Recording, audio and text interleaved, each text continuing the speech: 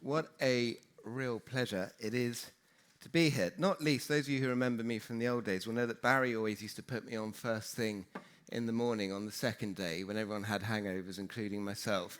So it's actually quite nice to be on the stage at the end of a day, and I haven't had a drink all day. It's been a huge pleasure for me to be asked to head up the group that looks at refreshing the Barcelona Principles. As we all know, the Barcelona Principles is one of Amec's premium assets. It's probably, along with the framework, the best known asset that we have for just awareness of the sort of thing that Amec is behind.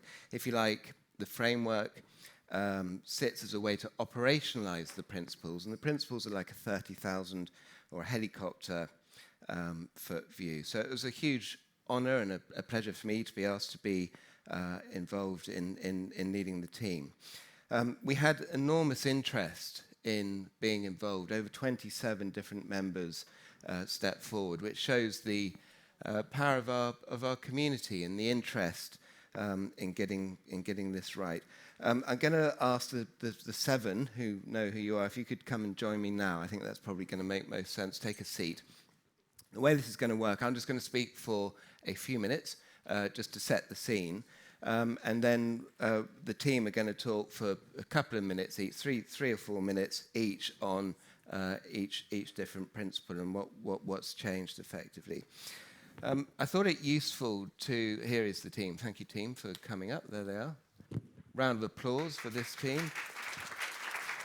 So those 27 volunteers, we split into different work streams, and these guys were the leaders of each work stream that were happy to come and be here and report back for us today. I thought it useful to go back to where we began. So the Barcelona Principles, 2010, surprise, surprise, in Barcelona, and there is a photo of Amec Summit 2010. Which doesn't look like there were many of us there. There were definitely more. I think it's before wide cameras on mobile phones, obviously. But there were, I think, about 200 people in the room at the time. And it was understood then that for any kind of meaningful measurement to start to evolve in our industry, we needed to speak in a collaborative way. It couldn't just be one association speaking on its own. We had to work together. And the Barcelona Principles have always been about collaborative alignment with the industry, and that's mattered right from the beginning. So our partners in the room on that day, we had ECO there. We heard from Andras earlier today, those of you who were in his session. We had the Institute for Public Relations, PRSA, PRCA, CIPR, Corporate Excellence. We got Clara here from Corporate Excellence again today in Spain, and many others were all involved as well. And we debated 7 different statements to see if we could come up with something collaborative and something that we could all start to agree on. And there were some brilliant minds in the room, many of whom are here today. Some of you might recognize yourselves from 15 years ago. And I think that shows the spirit of friendship and camaraderie that exists in our community, and how John has long spoons and short spoons and all helping each other, and how great it is to see so many friends here again today. The session was headed by Dr. David Rockland, a legend, I think it's fair to say, of our industry, of course, a former chairman as well. And I thought it worth reminding ourselves of David's call to arms, if you like, back in 2010. And I look back at notes and thought leadership pieces. And David said that these principles needed to be here for the common good of the industry. He said the communication landscape is evolving rapidly. Does that sound familiar with anyone in the room today? He said there's a lack of consistent approaches. And he said this means the PR industry is not always taken seriously. He said silly metrics, random indexes, and AVEs diminish integrity. And he said to be successful, the principles need to be focused on the organization, not so much on the media, but focus on how the work that we do as communicators matters to our organizations. And he actually said business, but I changed that word to organization. They need to be theoretical, but they also need to be rigorous, and they needed to be grounded in real practice. And he said, we have to speak with one voice for the industry. So this has been our North Star, if you like, of making sure that the principles, as we did this refresh, continue to be these things. They're such an important asset. It's really important that we can continue to speak in lockstep with our partners, because if there's any division in terms of how do you measure PR and comms in a meaningful way, people will use that to abdicate responsibility of actually doing the evaluation, and we can't afford for that to happen. So my brief to the team was that we want an evolution, not a revolution. So you're not going to see 7 totally new principles. We need to update them because I should have said they have been updated every 5 years since 2010. So this is now in 25. Obviously, this is version 4 that we're going to be looking at. They need to be updated because things move on. So they need to remain relevant. They must be clear and practical. So all of our stakeholders, all around the world, continue to understand them. We have to be conscious not to be in ivory towers of London or New York or Paris or Vienna, thinking that because of the way the PR and comms and evaluation market works where we are is necessarily the same in other parts of the world. So we have to make sure that we are clear and practical with our work. We wanted to make them better ordered and better aligned. And we had some subtle emphasis shifts.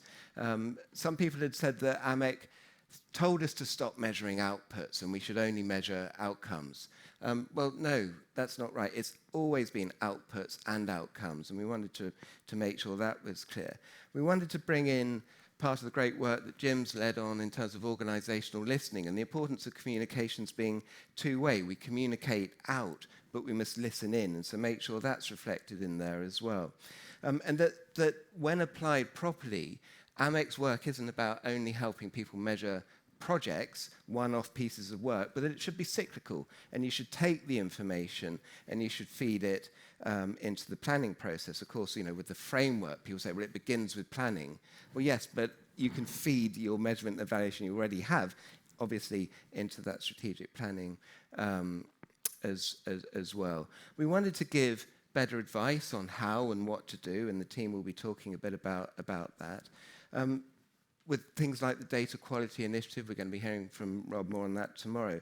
But the importance of ethics and governance, I think, we heard from Mary Beth as well, of course, today on ethics. The importance of ethics today now feels greater than ever in evaluation with black boxes and that type of stuff, so moving that principle on a bit. And we wanted to make sure that our work linked nicely with other AMEC resources as well to support the great work of AMEC.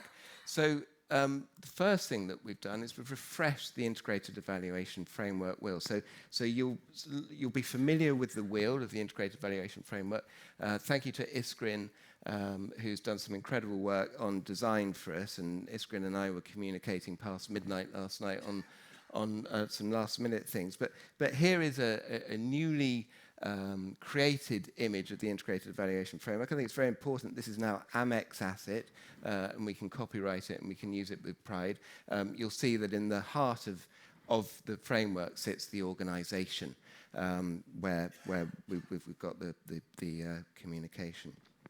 So the principles themselves, here they are. These are the 7 new principles, Barcelona Principles version 4. Appreciate they're not easy to see.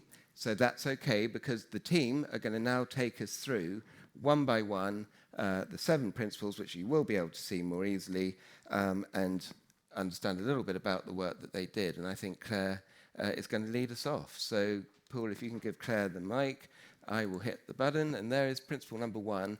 And what you'll see, if I could just add, is how nicely it sits within the wheel now as well, with the framework. Where that principle sits is highlighted into the framework wheel as well. So, Claire, please. Excellent, thank you. So my team was looking at Principle 1.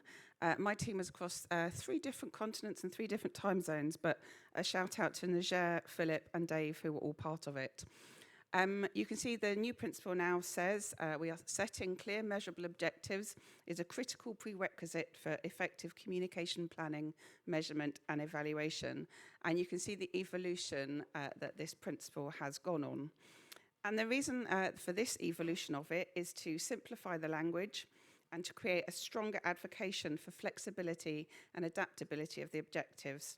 So your objectives should be responsive, flexible, and help to evolve your communications during the campaign rather than only something static that's evaluated at the end point. And this updated principle also advocates for objectives that are tied to your organisational performance and societal impact, which was an interesting debate that we worked through. Should I hand on now? Yeah, if that's you done. So to principle number 2. So principle number 2 is so important that it needs Nicole and myself to explain it. Either that or it says something about our capabilities. One or the other. One or the other, yeah. So principle number 2 is really about emphasizing stakeholder audiences, and almost every discussion we've had today really reinforces this importance. In Travis's opening presentation talking about prismatic communications, refracting communications through the eyes of different audiences. So this principle is defining and understanding all stakeholder audiences are essential steps to plan, build relationships, and create long-lasting impact. So there's been a few changes over the years, and in this particular instance. Previous versions of this focused on organizational impact. And if you think about the integrated evaluation framework, impact is part of the journey from outputs to outtakes to outcomes and ultimately driving business value and impact. We're moving that focus to another principle, principle number 6, to represent that it is an integrated journey. We shouldn't separate these things out. And that leaves principle number 2 to really focus in on those audiences. And given all the discussions about fragmented media landscapes and audiences polarizing across political, cultural, socioeconomic dimensions, those organizations that don't understand what resonates with their audiences are at best ineffective communicators, at worst can suffer significant reputational damage. We think it's important to really emphasize this. Note that in 2010, there was no mention of stakeholders or audiences, not only in this principle, but in any of the principles. That doesn't mean we weren't talking about audiences, but we weren't explicitly calling it out. So it's important that we do that. I think it's important to talk about terminology as well. I mean, some of the feedback we've had is around, should we refer to audiences? Should we refer to stakeholders? I think there's a view on the academic side that stakeholders prefer to audiences because audiences can imply a one-direction sort of broadcast style of communication. We've heard a lot about the importance of listening, and it's more about two-way dialogue. The R in PR is about relations and relationship building. But if you think about the language that people in in-house teams and PR agencies use, they do use audiences, and it's important that we bring those groups with us. So we want to bridge that gap by referring to stakeholder audiences. And that's also really emphasizing this importance of listening, which is why this is been brought into number 2. It's no good thinking about the audiences at the end of the journey after the activity. We really need to understand audiences before we do the activity and to feed it into the planning. We refer in the supporting commentary to the AMIC Guide to Planning, which is a really in-depth explanation about how to think about audiences and think about how you would bring that into the planning.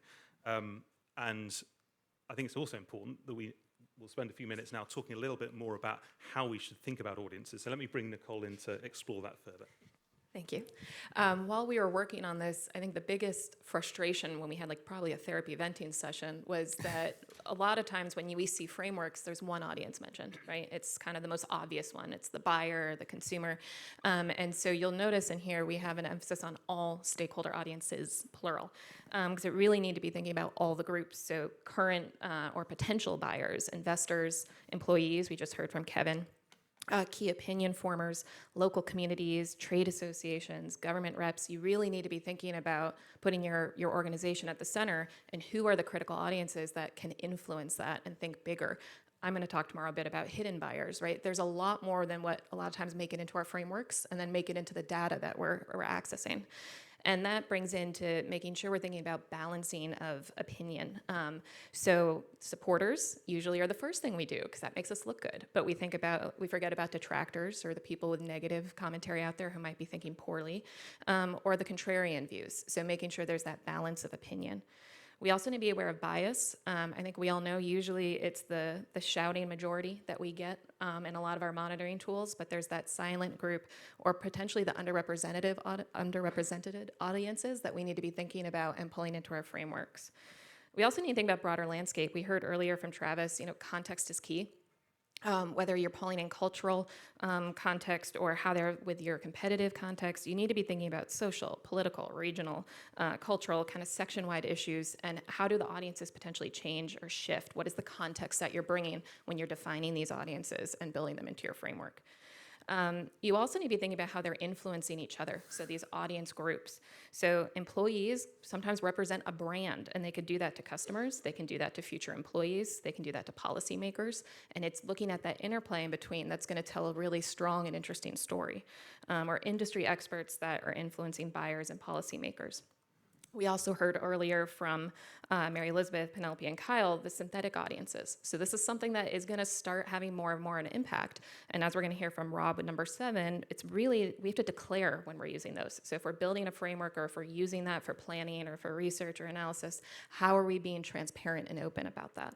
And finally, really thinking about all channels. So it's not just all the audiences, but being honest with ourselves about all the channels that those audience and those stakeholder groups are using and what's influencing them, and making sure that we're pulling those in. So paid, earned, shared, owned, AI search summaries, interfaces. Those are all things that influence these disparate audiences. And if we're not being honest and pulling those into the framework, we're going to be missing out on a lot of critical data. Fantastic, thank you. So, Ben, please, then on the next principle, principle 3. Great, thank you, Richard. So before I get into the why and the what, just want to give a big shout out to the working group on principle number 3, Angela Dwyer, Sarah Miles, and Esther Kagari. Couldn't have done it without you. Thank you for your contributions.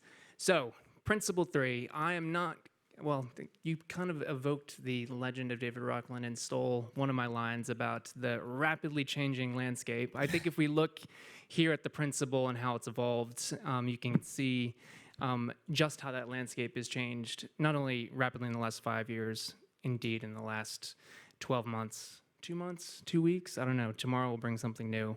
So the new principle for 3, which in the past had been about trying to incorporate more channels into the mix, has evolved to as follows: that comprehensive communication, measurement, and evaluation should be applied to all relevant channels used to understand and influence audience stakeholders. So similar themes to probably what you just heard from my colleagues, what you've heard throughout the day, but that when we're thinking about PR communications and the intended outcomes that we want to affect with audiences, from building awareness around products or services, shifting perceptions and impacting behaviors, that we want to be thinking about this across all those relevant groups, both internally and externally, which I think is really key. And in the last session, I was really pleased to kind of see the emphasis on the role of internal comms as a strategic function and how we need to be thinking about it from a measurement perspective. So taking that holistically really allows us to have measurement and evaluation plans that are thinking across those channels. And we need that holistic understanding and systematic data collection in place to ensure that we're using that information not just to report on what did we do, but how do we learn to optimize, prioritize, and indeed plan for the future. And this is important because I think another theme of the day is the focus on efficiency, on budget, proving our value, not just in the near term, but for what we want to do going forward. So it goes without saying, and I'm not going to say it again, the landscape has changed. It's been hyperly transformed by generative AI, which is another channel in the mix we need to be thinking about from a search perspective. And indeed, with all of these changes over the last few years, that when we're accounting for all these relevant content sources and channels, the reason we made that change about kind of removing the offline and online, it kind of melts away, right? It doesn't really matter if it's online, if it's search, if it's in a Gen AI model. The point is that audiences are engaging with content in a multifaceted way. So indeed, we need to think about that holistically. We need to plan consistently there to make sure that we have the right data collection strategy in place going forward, and then we're able to kind of track those journeys as we go. So that's a bit about what it is, why it's important. So I'll now hand it over to Carly, please. So Carly. Carly's going to do 4 and 5 for us. Quick fire. So there you go. Carly, number 4. Thank you, Ben. Thank you, Richard. Principle 4, as it stands today, is effective measurement and evaluation of communication require qualitative and quantitative analysis. So why does this matter? Why does this principle matter to all of us? We've heard a lot today about the availability of automated data, the plethora of information at our fingertips. And there is a risk here that we rely solely on the quantitative metrics, on the numbers. And this principle really encourages us always to go beyond the quantitative, to ask why, to interpret, to actually bring in qualitative research methods to explain those numbers, to overlay it, and to make sure we understand why has this worked? Why has it resonated? Why has it failed? So this principle has really emphasizes the need to have a balanced approach. You'll see that we've changed the language a little bit. We've gone back to using the word required. And this is really important because it's a more compelling, a more definitive statement on how essential quantitative and qualitative research is, and it must be used together. So we've gone a little bit stronger with the language there. The other thing that has changed with Principle 4 is that we've put a lot more clarity and a lot more strength into the supporting materials. The supporting materials take you through how to actually bring in qualitative.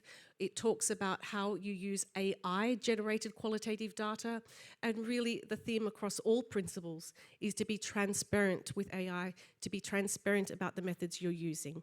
So very much stuck to its purpose, this principle, and very much giving support into the practical implications and how you apply that.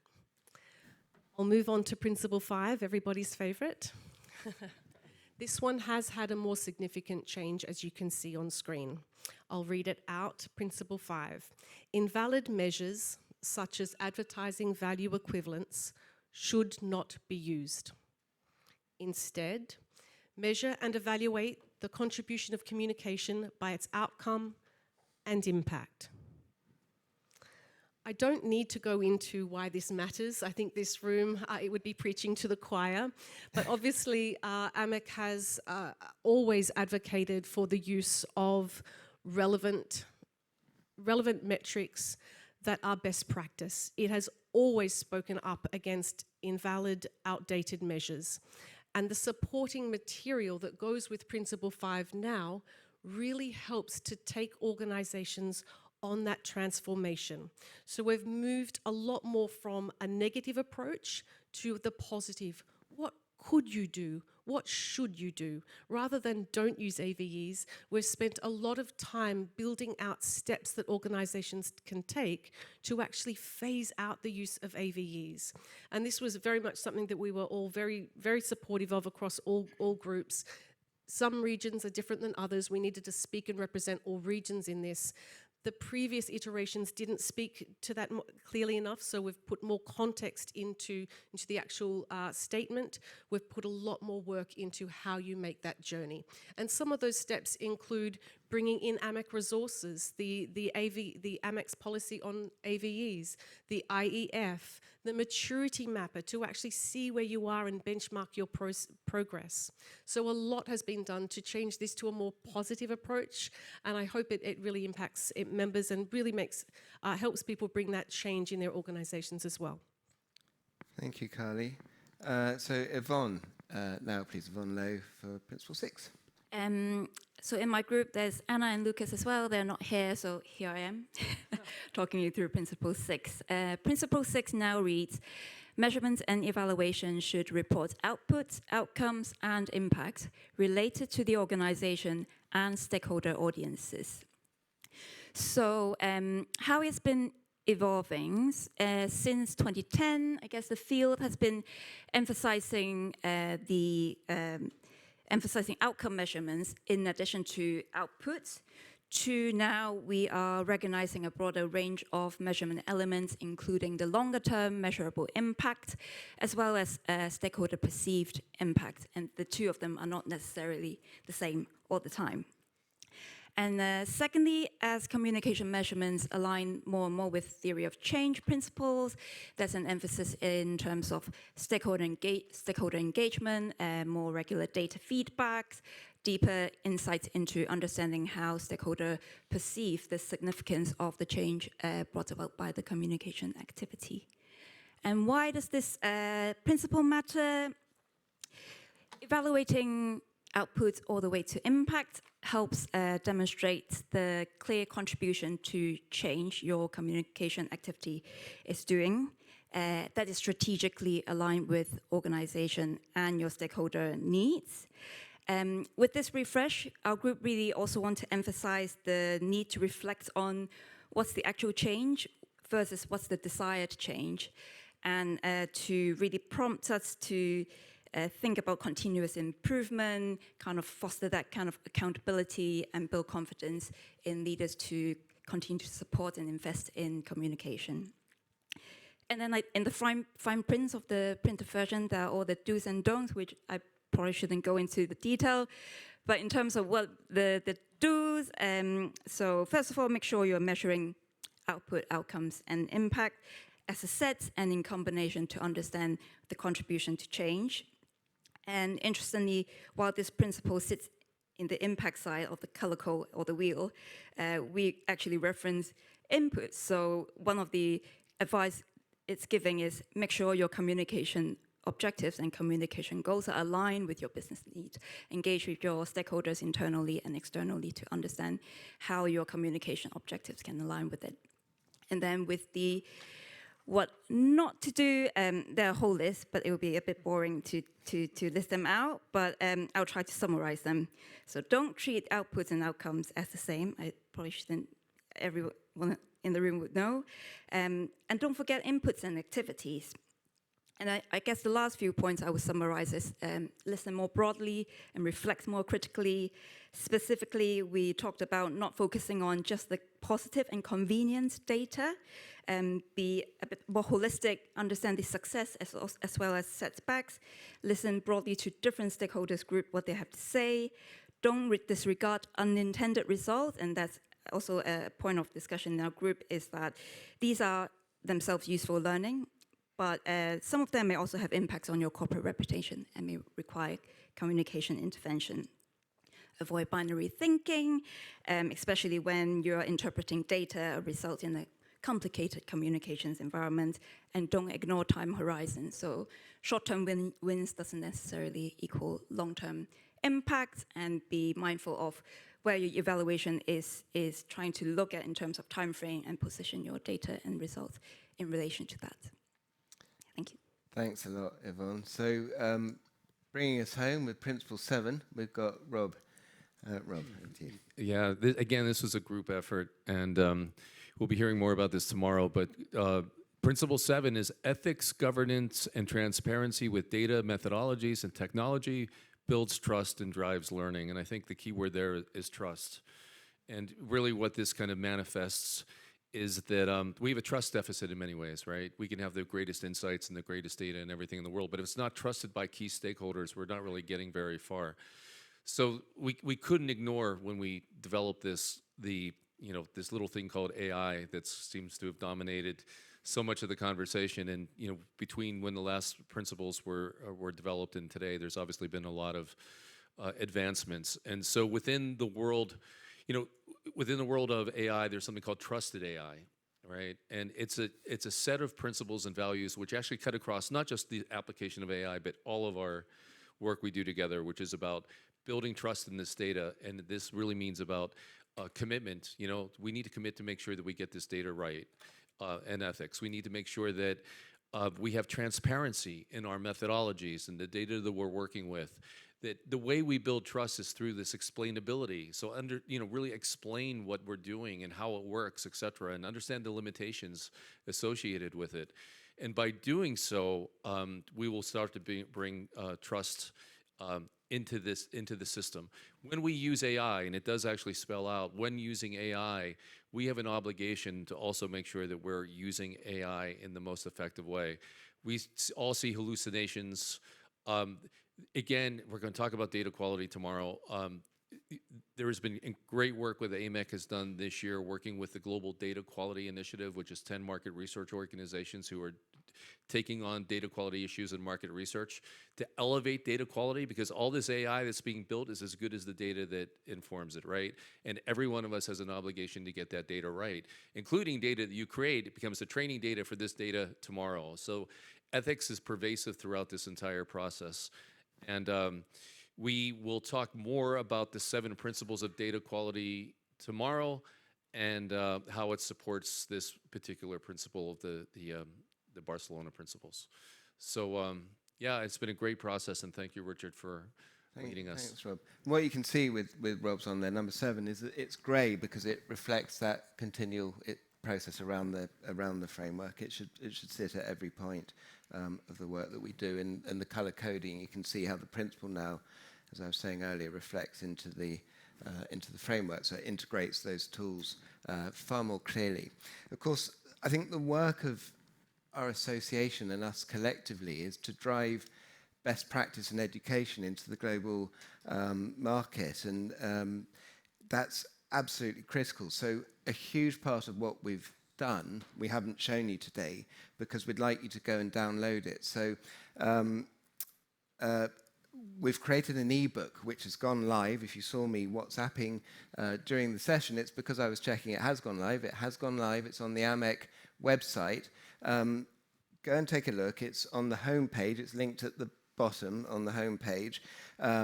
It's a really beautiful piece of work. It brings all of what we've just seen to life. It's got a huge emphasis on providing guidance and support for people. It's not guidance and support necessarily for us, who understand most of this stuff, if not all of this stuff. It's guidance and support for our community of communication practitioners around the world who are looking to understand what this is, why it matters, and how to apply these principles. So on that specific point, I want Iskrin to stand up. Iskrin, are you here? I saw you here earlier. There he is.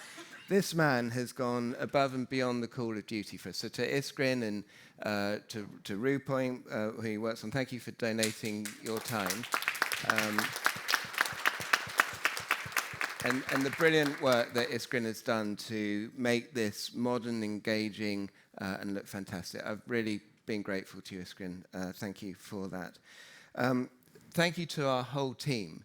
I mentioned 27 people. Here they are. I'm not going to call them out by name, but hopefully on the live feed you'll be able to see that slide. You'll be able to see all the different the different people. You can see it's a massive community of practitioners, academics, vendors, in-house people, NFPs. The whole community of AMEC is well represented here. And another thank you to Professor Jim McNamara, who provides that critical link for us with the AMEC academic team as well, to make sure that we are still staying in a position where, although practical and useful for the industry, it still is in step with academia. So please go and download the ebook. As I say, it's on the website. Please read it. I'm really proud of it. The team's really proud of it. I think it's great work. Please read it, digest it, please share it, and make it fun. And I wanted to call out former chair Aseem Sood, who has created his business in India, Impact. a quiz around the Barcelona Principles. So you'll be able to catch a theme at the drinks and at the dinner and ask him about it, because he's made something really fun that he can engage his local market with on, how well do you know the principles and all of that. So Stephen can tell you. But take ideas like that and bring these things to life. So thank you to today's presenters. We're not going to have questions today, John, that's correct, isn't it? Because tomorrow we're going to have, at one of the lunchtime round tables, we'll be there and we'll be looking for, hopefully you've had a chance to look at the ebook, and if you've got thoughts on the guidance and if you think there's anything we've missed in the guidance, we'll be looking for some input into there, because we can still iterate on that guidance. But with that, I'm going to wrap this session. I'm going to thank today's speakers. I'm going to thank all of you for your attention. Please do go and read. I hope you like it. Please share it. And thank you, John, for asking me to be involved in this group. Appreciate it.